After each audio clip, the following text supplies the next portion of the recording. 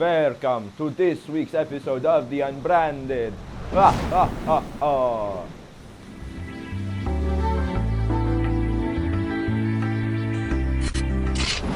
Today, Austin and Pocky give us a deep dive on just how much trash Halloween brings every year.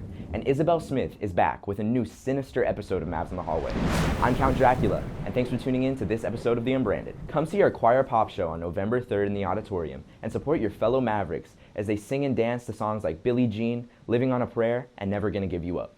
With so much candy being handed out every year, it begs the question, where does all that trash go? Austin and Pocky go further. While Halloween brings joy to many, it also generates a significant amount of waste that can be harmful to our environment. Halloween is the time of year when children and adults alike indulge in their favorite candies.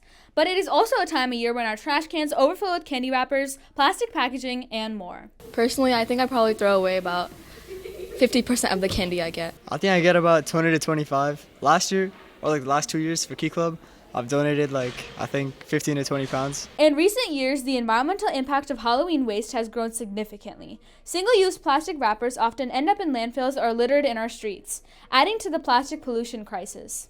So what can we do to reduce this Halloween candy waste? So candy waste, I think a lot of it gets wasted, right? So basically when you do trick or treat, just once you get to a specific capacity, only don't take more because you know you're gonna waste it. Let it be there and split it with everyone so that no one runs out and none of it gets wasted. Like Key Club did the thing last year where they collected candy and you got volunteer hours for maybe something like that where people could donate candy and then maybe that goes to hospitals or something. Many people are now turning to eco-friendly alternatives.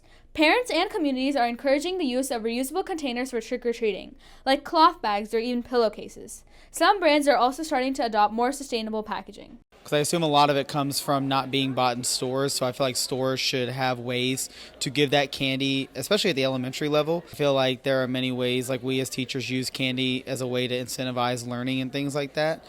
So giving it to schools so that they can use that rather than expecting everyone to just buy that all. You know, when you have extra candy at the end of a season, giving that candy to your local schools and they could use that how they feel accordingly. As we enjoy the thrills of Halloween, let's not forget our responsibility to the planet.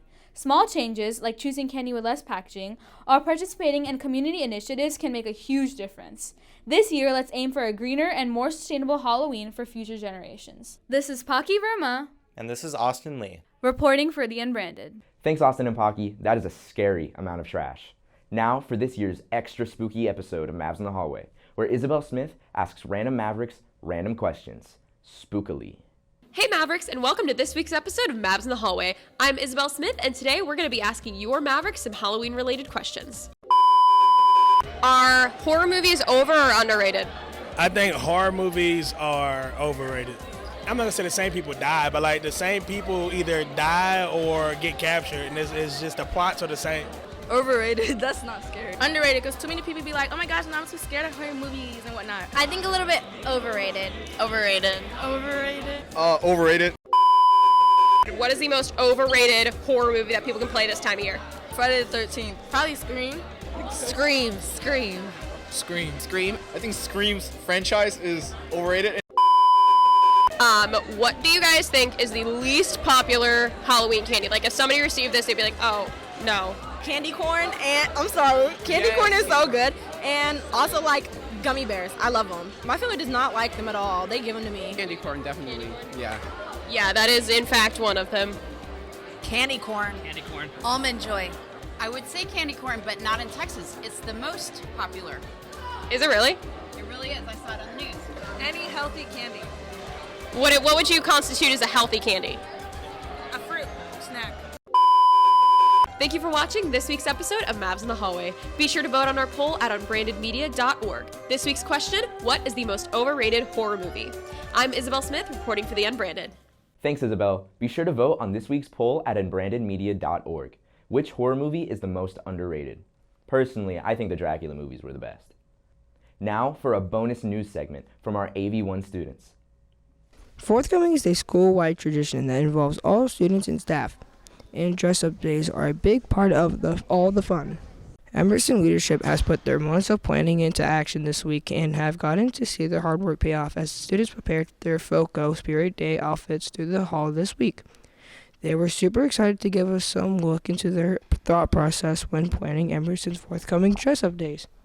We go out and we look for other schools' ideas, stuff we've seen on TikTok, stuff that we think that our student body is going to get involved in, because if it's not interesting, then the student body is not going to want to try to join in. And I also think people are really excited about Rhyme Without Reason because that's trending on TikTok. But it's not just students who the leadership made the Spirit Days for. They have faith that the staff is going to be just as excited. The dress-up days this year consisted of Celebrity Day, Throwback Day, Ski Day, Rhyme Without Reason, and Mums and Garters. I love dress up, as you can tell, so today was fun. I am most excited for the Rhyme Without Reason because that's new to me and I've never heard of that one before, so the challenge of coming up with a good one. People like dressing up in outfits every day because it's fun to wear something different each day. It also allows students to have a chance to express themselves and their school spirit. Happy Foco Mavericks. I'm Chase Rodenhaver reporting for the Unbranded. Be sure to follow us on social media at Unbranded EHS. There, you'll be able to find bonus content by David Choi, as well as our Audio Video 1 students. As always, be sure to check out unbrandedmedia.org to vote in this show's poll, to see our past episodes, and to check out articles from our student newspaper, The Charge. Thanks for watching. Have a great day, Mavericks.